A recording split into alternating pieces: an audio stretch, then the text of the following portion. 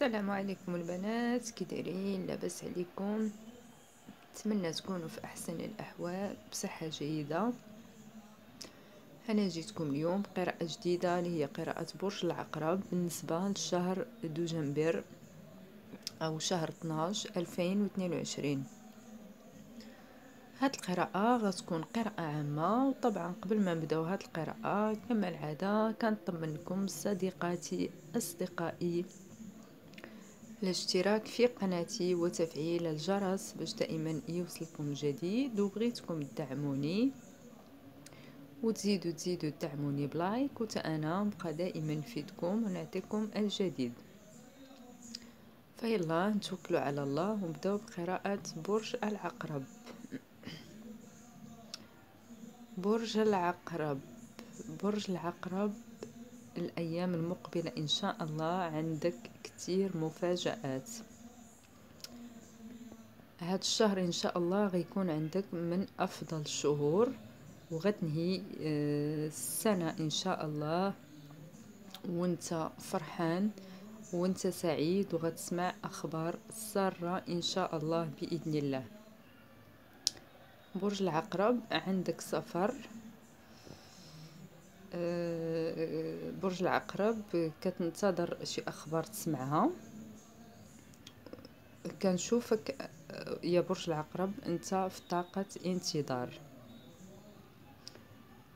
فانا كنبشرك بان الاخبار اللي انت كتنتظر تسمعها فان شاء الله عندك بشارة باذن الله في هاد الايام ان شاء الله.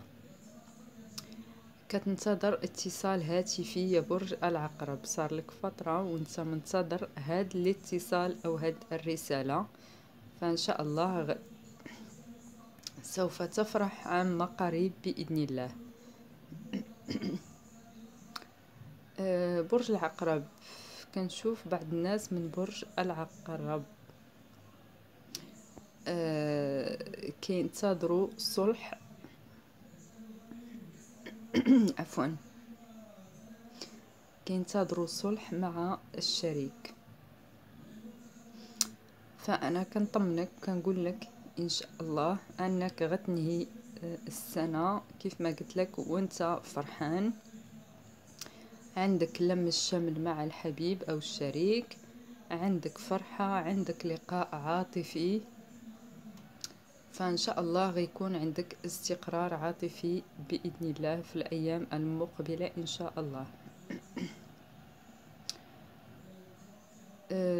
برج العقرب. برج العقرب مؤخرا كنشوف كان عندك بعض المشاكل مع بعض الناس، خلافات ومشاكل، وقعت في خصام. هاد الناس ممكن مثلا أصدقاء أو صديقات مقربات أو ممكن يعني حد من الأهل. فالمهم كنشوف عندك بعض المشاكل أو خلافات مع أشخاص. الصراحة برج العقرب هاد الأشخاص يعني سببوا لك بعض المشاكل، تعرضتي للغدر، تعرضتي يعني الخذل من طرفهم، فرد بالك من هاد الناس. ولو اني كنشوف ان غيكون عندكم الصلح ان شاء الله في الايام المقبله. الصلح يعني بعده شويه متاخر، لكن ان شاء الله غيتم صلح ان شاء الله في الايام الجايه باذن الله. عفوا. برج العقرب. برج العقرب كنشوفك انك كتفكر تشتري شيء. شنو كتفكر تشتري؟ مثلا شقة او بيت او سيارة، المهم شيء اللي هو كبير او كيف ما كنقولوا شيء اللي هو ثقيل. ان شاء الله في الايام المقبلة ان شاء الله غادي تحقق هاد الامنية او هاد الهدف اللي انت ناوي تحققه ان شاء الله، لكن بعده شوية بعيد، فليس الوقت الحالي. برج العقرب. برج العقرب كنشوف البعض منكم غيكون عنده تغيير. مع بداية السنة إن شاء الله.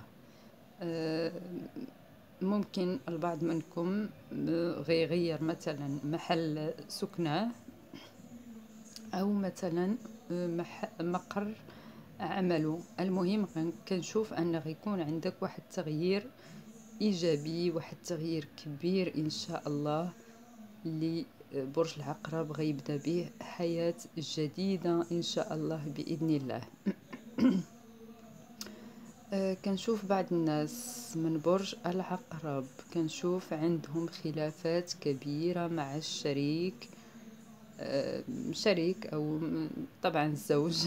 المهم كنشوف البعض منكم أنهم عندهم بعض القضايا في المحاكم، فكنشوف الصراحة الخلاف كبير.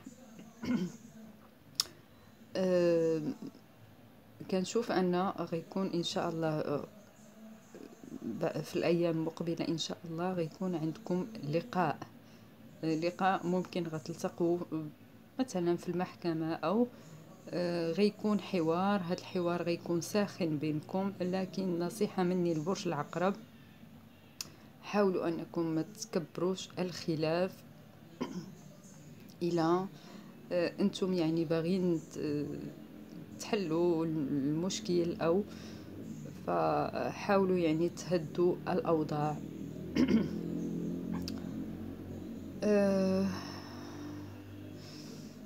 برج العقرب كنشوف اولا كنقول لكم الطاقات اللي كنشوف عندي هنا، او الابراج اللي طالعه عندي برج الجوزاء، عفوا عندي برج الجدي، عندي برج الحمل، برج السرطان، برج الاسد.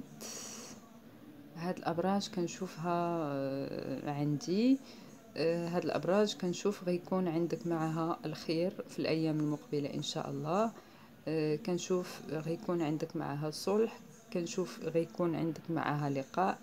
البعض منكم او بعض الناس من برج الجوزاء غيكون عنده دعم من عند هاد الابراج اللي ذكرت. دعم ممكن يكون دعم مادي او دعم معنوي.